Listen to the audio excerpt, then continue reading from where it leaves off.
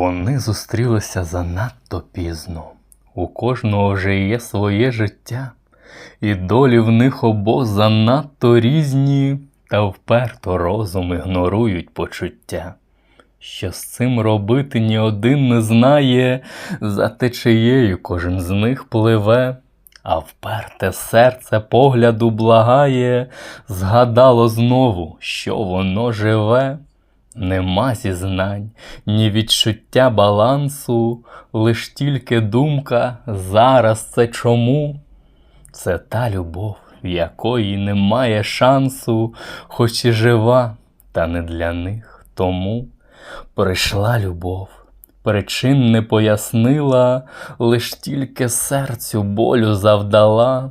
Нехай би краще їм вона наснилась, хоча вже знають, як це, бо вона була.